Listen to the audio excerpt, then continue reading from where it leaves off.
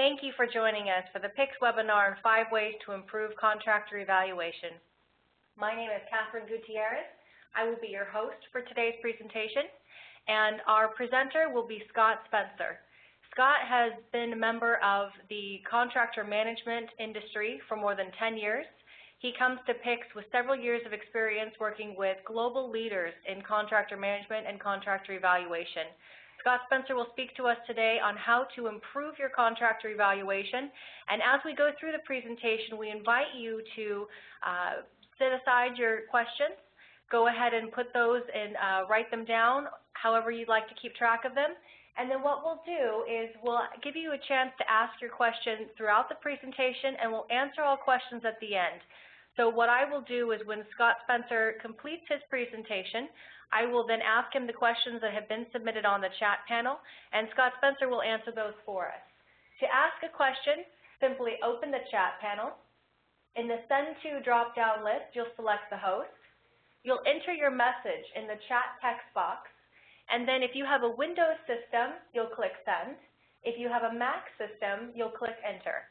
Again, as a reminder, all questions will be answered at the end of the webinar, and we invite you to ask industry-specific questions, company-specific questions. We'd like to make sure we take care of answering those questions for you. So what I'd like to do now is turn our time over to Scott Spencer to begin our presentation on 5 ways to improve your contractor evaluation. Catherine, thank you very much.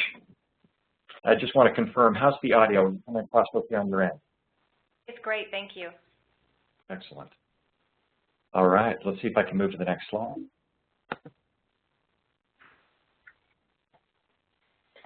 Okay, before I start, I just want to thank everyone for your time. I know how valuable time is, and I hope some of the information that we cover today you'll find beneficial as you look at your own contractor evaluation program. I'm going to use contractor in kind of a generic sense today. You know, a lot of times we call them suppliers or vendors. Honestly, folks, whether we're talking about on-site service providers or you're talking about creating a program to evaluate material suppliers, I think a lot of the recommendations that we'll make today, I think you'll find beneficial as you look at supplier or contractor evaluation and creating a program that works internally for you. What I'd like to do today is, instead of just talking theoretically, which I think a lot of presenters do, I'd like to jump in and share with you a case study. This is information gained just over the last year with a new client of mine. I'm going to talk about a few of the mistakes, not necessarily the mistakes they were making, but where they kind of muddied the water for their contractors. We're going to talk about some recommendations made, and then at the end of the presentation, share the results, which I think you'll find very interesting. Again, as Catherine mentioned, don't hesitate to open up that Dropbox and ask some questions. I typically prefer a more interactive setting, so a webinar setting like this isn't always conducive to getting your questions addressed. But I hope as we go through, you'll find this information valuable. Let's talk for a minute about this case study. I recently engaged a mining company that will remain nameless. I promised them I wouldn't share their name.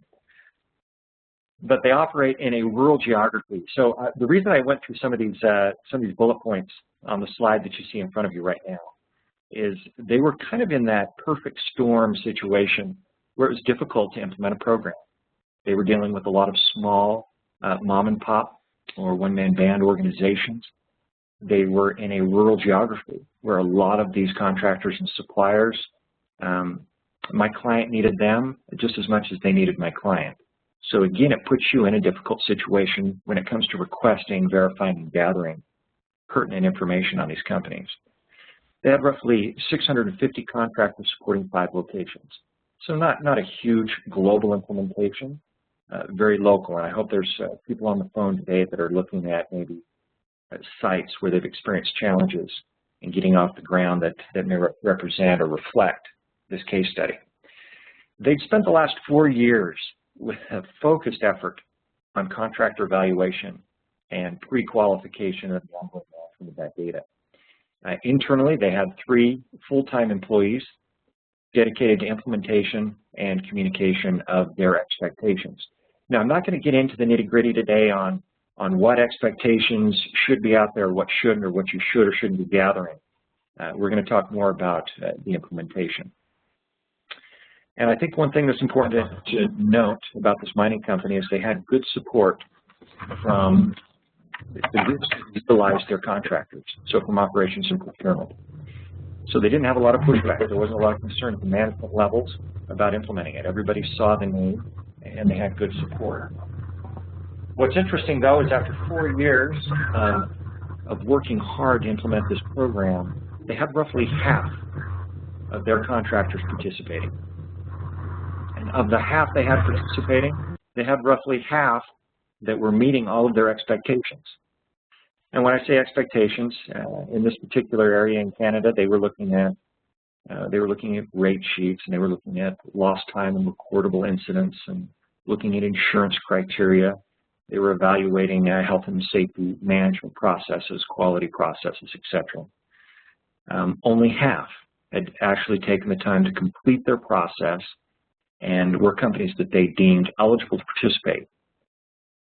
So you think about that, only 25% of their entire supplier base had achieved a level of compliance that they thought was appropriate, that had actually completed the process. And this is after a lot of time spent and resources dedicated to the process. So I guess my question to you is, does that sound familiar? And as I talk to a lot of clients and potential clients globally, I find that those numbers fall in line. Now, there's some companies that do maybe a little better job of enforcement. They drive it a little further as far as participation. But getting and keeping that information updated, getting contractors excited about participating in a program like this is difficult. In fact, getting contractors excited about anything, I don't think I can ever use the term contractor and excited in the same sentence. That tends to be an oxymoron. So what I'd like to focus today, so today's goal is, let's talk about how can we motivate our contractor population to get more involved, to participate in our evaluation process. Also going to talk a little bit about what are we trying to accomplish. At the end of the day, what is it? Is it an exercise so that we can show our clients that we have an evaluation, a qualification process, or is it something deeper? Are we trying to drive and improve performance? How can we drive higher levels of contractor and supplier compliance? So we'll address that today as well. How do we address non-compliance? So what are the enforcement steps you take internally? And how's that received by your contractor population? And then we'll talk at the end of this presentation a little bit about program enforcement. So what's bigger? In fact, I'll ask this question in a few minutes and think about your own program. Is it the carrot or is it the stick? Are there elements to your evaluation and qualification program that are beneficial to your contractors? Or is it simply a hoop they have to jump through in order to do business? And we'll talk about achieving a balance, hopefully, and give you some ideas that will help add maybe to the carrot and take away a little bit from the stick. Okay, with that said, I want to jump in to my first recommendation. And again, this is based on, I've been doing this for the last 13 years. And I find companies ask a lot of questions. When you get a group of people together and they create a questionnaire, it seems like everyone has to get their questions in there. And as I look at, consult with, and evaluate questionnaires, I find a lot of nice to haves. Yeah, this is nice to have, but what are you going to do with it? So the question I usually ask my clients is, we look at their process, we look at their questionnaire, we look at the data they're gathering and requesting from their contractors, is what are you going to do with it? If you are not going to actively use the data, especially in the early stages of implementing a program, eliminate it from your evaluation process. Another big complaint I get from contractors, now I'm going to take the contractor spin on this quite often as we go through the presentation. And over the last 10 years, I've probably interviewed and trained tens of thousands of contractors. What's frustrating to them is when they get your questionnaire, and as they start to move through the questionnaire, find that 60, 70% of the questionnaire isn't applicable to the services they offer. So they end up checking not applicable to a lot of questions you may need answers to, and they're not sure how they need to address. So what I found is, as we've consulted with companies, is make the evaluation process applicable to the services your contractor is offering. So identify what they do, where they're doing it, and then only ask those questions that are applicable to that group or to that subset. And with the way technology's evolved, we can do intuitive questionnaires that take the contractors through and create silos and take them through applicable question sets.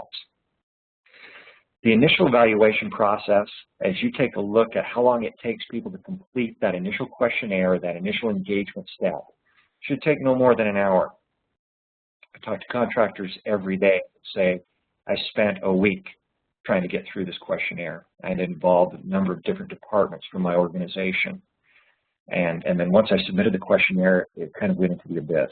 I don't know what resulted from those responses. I don't know if I was correct in my responses or if I wasn't. So again, my whole point here in this first stage is take the opportunity to look at your current process. And as I stated at the bottom, simplify, simplify, simplify.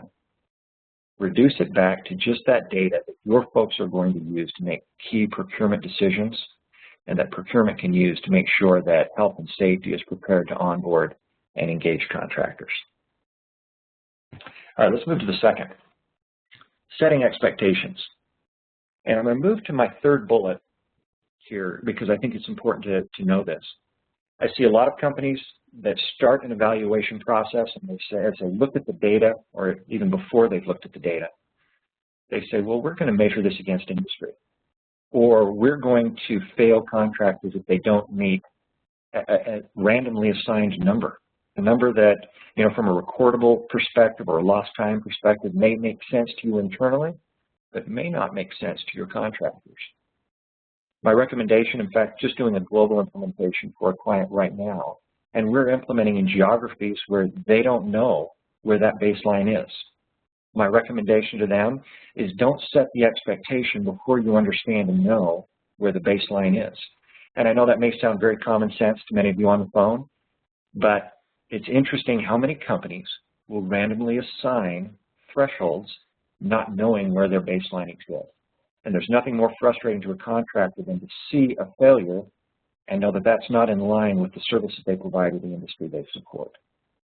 I want to talk with, again, this first statement there, very common sense, but keep it in line with local jurisdiction, with regulation, and with the industry. And make sure that you're clear and concise in your communicating your expectations. So often I talk to contractors and they say, well, I'm not sure. I submitted my OSHA logs, I submitted my EMR, I submitted all of this data. I'm not sure if I passed or failed. I'm not sure how they're measuring me. Are they measuring me against my peers? What is the expectation? And I find the clearer and the more transparent we can make that communication, the more effective it becomes. A lot of times I talk to my clients about the why being more important than the how as we implement an evaluation process. I think it's both important internally and externally. So it's not just the contractors that need to know why this evaluation has become important to you, why it's a key piece of your procurement process or engagement process. So communicate both to your contractors and internally to those that interact with your contractors every day. The more this appears to be just a hoop they have to jump through to do business with you, or an exercise in checking the boxes, the less likely they are to participate or to do it wholeheartedly. So I find in the opportunities that I've had to meet with, to do town hall meetings and sit down with contractors, the better they understand why my clients are doing this, the more eager they are to participate. And I'm going to talk about a couple of reasons why we do this that are very beneficial for contractors. The more I can spin this to benefit and help facilitate life for your contractor, the more willing they are to participate and more apt they are to get compliant. And I won't read through each of these, but I just touched on a couple of elements that we talked about as we discuss the why qualification with contractors. Regulations requiring deeper scrutiny. In fact, it was interesting, years ago, we used contractor labor so that we could distance ourselves from high-risk activities. Regardless of what country you're in, they're pulling that relationship closer. They're saying you need to scrutinize and know your contractors as well as you know your own employees. So an evaluation process then becomes critical. And as we explain this to the contractors, you start to bring those walls down and they view this as a needed step, whether it ties to regulation or ties to our legal system. It is so lawsuit happy that it requires us again to protect ourselves and provide indemnification in ways to reduce the risk that we're exposed to. I do want to jump up on my soapbox for just a second and say, if improving your contractor's performance or the performance of the contractors you use on site is not, I'm not going to say first and foremost, but a critical reason to why you're doing contractor evaluation and pre-qualification, it should be. So communicating that to upper management. Not only do we want to make sure that from a lagging perspective, our contractors are in line with industry, but we want to make sure that we understand leading indicators. We want to make sure that we know what type of safety individuals they have in place, or quality, sustainability folks that are driving our contractors programs forward. Number 4, give contractor feedback. Another common request I hear from contractors all the time is, I'd love to see where we are. Evaluation, I know a lot of times we focus on just the pre-qualification event. So I talk to procurement people all the time that say, you know, I do a great job at point of engagement. So at point of contract, I do a great job of pulling in the information that I need. But on an ongoing basis, what happens to the ongoing management? And we feel that is a critical part of the evaluation process, is making sure that contractors know how they're doing. How are they performing for you? What's the response? Do you perform regular evaluations? And is that part of your management process? A couple of things in here contractors love to see. Contractor with good on-site behavior receives more business. Share with your contractors best practices. So, and that can be done through your evaluation system. So as you perform audits and evaluations on your contractors, share what's working at your facility. When we make contractor feedback part of our evaluation process, they stay engaged. And number 5, let's talk just for a minute about enforcement. I started with the point, make sure that you use the information you gathered. And then what's bigger, the carrot or the stick? So as we talked, in fact, I'm going to bounce back for just a minute. We talked about contractor feedback and understanding the why. That becomes more of a carrot. What we're trying to do is encourage them to participate because they see the need within the industry. They know what you're looking for and why you're looking for it. If all we use is, we're not going to use you unless you complete the process, then it truly becomes an exercise in checking the boxes. And then what are we accomplishing with that data? I'm going to talk about leveling the playing field and share with you just a quick story. I know this has been a very exciting presentation, so hopefully inject a little bit of humor here. I was down in North Carolina and working with a service technician for one of my clients. We were doing a contractor meeting, and I could tell as we were talking about this evaluation process where this contractor in the back, I could tell was getting a little agitated. And after explaining to them how important it was that all contractors that my client would be using moving forward would be on the same level when it came to employee training, when it came to safety statistics and superior performance. When it came to meeting all of these variables, every contractor would be measured on a level playing field. This contractor in the back started to smile. And of course, as a presenter, I jumped all over that because I could tell he wasn't a fan as we introduced the program. And I said, I can tell you've kind of come along. What is it? What have we said about this evaluation process that's got your interest? And in deep South North Carolina accent, he said, shoot, this is going to get all the rats out of the barn. Leveling of the playing field is really important for your contractors. They feel that oftentimes your procurement organizations employ their competitors that aren't meeting the same thresholds, that aren't even in the same realm. They're borderline bankrupt. They're operating on a shoestring. They're using temporary employees. These are things they know in the industry, but we don't always know when we're looking at a bid. So as we talk about enforcement, again, give them a little more carrot, a leveling of the playing field. At the bottom there, you'll see that bullet, qualification equals reward. If as an organization you can't meet our minimum criteria, we're not going to go ahead and proceed and issue an award. And then from an enforcement perspective, I'm just going to ask these two questions and kind of keep them in your mind. Who's the gatekeeper within your organization? And who pays the invoice? So at the end of the day, we do have to use a little bit of stick. You will have contractors that will come into your evaluation process kicking and screaming. They're not going to want to do it. They've been doing business with you for 25 years on a handshake. They expect it to continue that way. Sometimes we do have to reach out, and the ways that impacts the contractors the most is if they can't get through the gate, if they can't get on site, if they can't get issued a PO, then they will step through your process. So you do have to combine a little of that. Enforcement is critical to a successful evaluation process. If your contractors think for a moment that they can backdoor your process, if there's someone on a site that's willing to give them a PO without them completing your evaluation process and identifying those risks, then you'll find the floodgates will eventually open. And I think that's the reason my mining clients struggled early on, is there were people at the sites that allowed contractors around the back of their system.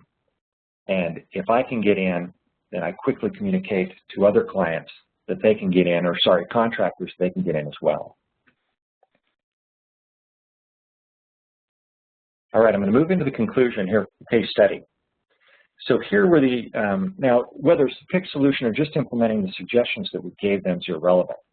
As we look to simplify, as we look to bring everything in, properly educate and communicate reasonable expectations to their contractor base.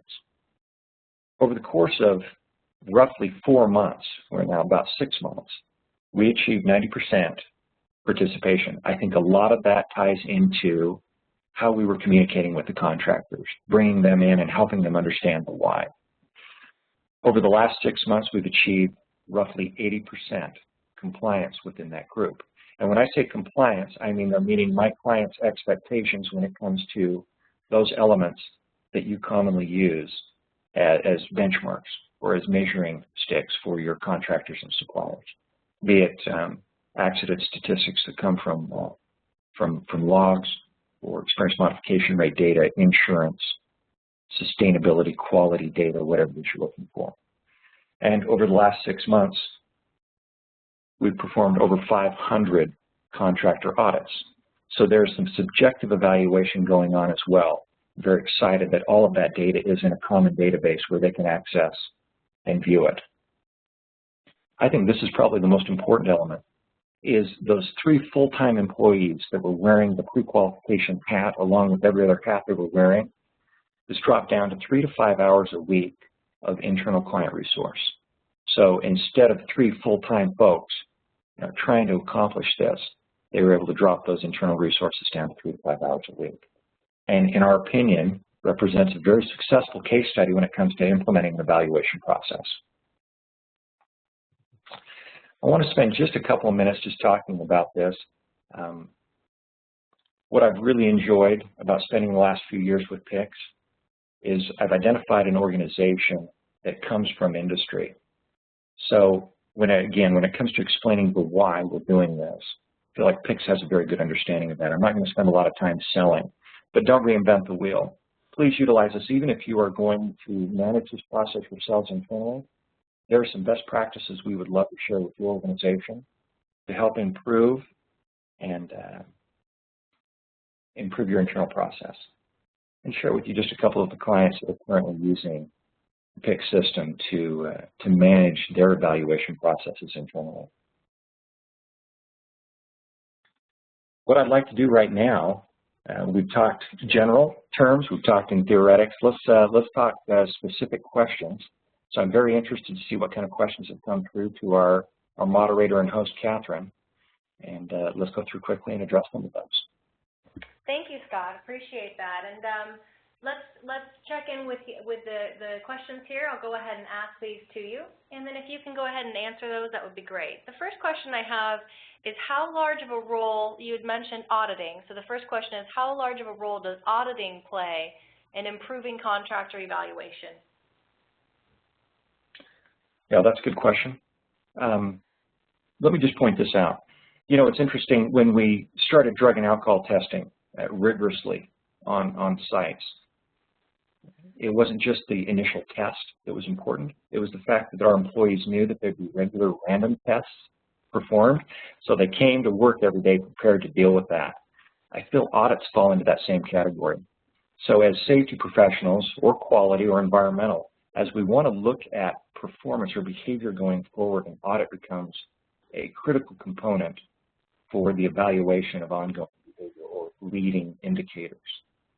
So for my clients, when I combine those leading indicators I receive with a good quality audit that are regularly performed, even in some cases on a random basis, and I combine that with lagging indicators that we gather, we get a better view of the culture of the organizations that we employ. And my clients want to know, Catherine, how closely does that culture mirror their own when they look to engage contractors, especially for high-risk activities? Great, thank you. Quickly, before we go into the next question, we had a question come in on the presentation slides about whether those slides would be given out. So if you would like a copy of today's presentation or would like to see more about how PICS helps with contractor evaluation, all you need to do is simply send an email to me individually. My email address is cgutierrez, that's spelled C-G-U-T-I-E-R-R-E-Z, at PICS, auditing.com, or simply reply to any of the emails that you've received, and it will be redirected to me directly, which is probably the easiest way to do it because my name can be a bit hard to spell. So I want to let you know that, yes, the presentation will be available. Simply send me an email, and I will send that to you directly. So let's shoot into the next question. We have a question here on TRIR average, and the question says, we have a set number for a 3-year TRIR average to approve a contractor. Should it instead be based on the SIC code, 3-year average, meaning comparing them to their peers? First, can I say I like the fact that they're doing it on a 3-year average, because contractors, any small event, depending on the size of the contract, can dramatically impact recordable and lost time information, on a year-to-year basis. So looking at it on average is fantastic. My recommendation would be, as opposed to just drawing a level line, compare that to industry. So yes, based on SIC code or NAICS code, compare it to industry as opposed to just drawing a standard baseline, because injury rates vary depending on industry, and that's why we prefer to go back and evaluate it that way. Great, thank you. The next question I have is, where else can I find additional information on improving contractor evaluation? You mean as far as additional resources? Well, of course, I'm going to recommend that you come and talk to us. So a quick email, and we can get very specific about your needs, and that's irregardless of whether you use our system or not. But I find that that industry has done a fantastic job. In fact, while up in Canada, I met with Enform, and they had some fantastic advice to contractors and suppliers up in Alberta. Houston Area Safety Council does a fantastic job. There are some great industry consortiums, if you will, that can give you fantastic ideas about what works in your geography. But of course, I'd recommend you come and talk to us. We've got a great presence in every state in the U.S. and of course throughout Canada, and our global presence is expanding every week. Great, thank you. That wraps up the questions that I received. What I'd like to do now is share with you that Scott Spencer's contact information is on the slide presentation. So if you do have those additional questions that he mentioned and you would like to get some more specifics in your company individually, simply send me that email, ask for the presentation. I will send that presentation to you. You'll be able to reach out to Scott Spencer directly. And then for our next webinar presentation, just keep an eye out for your email. It will be held again next month, right about this time of the month. And then if you have, like I said, any additional questions, please feel free to send those to us. We appreciate having you join us today and look forward to answering any further questions you might have down the line. Thanks again for your participation, for your questions. We'd like to thank our presenter, Scott Spencer, for his great presentation, and thank you for joining with us today. Take care and have a wonderful day.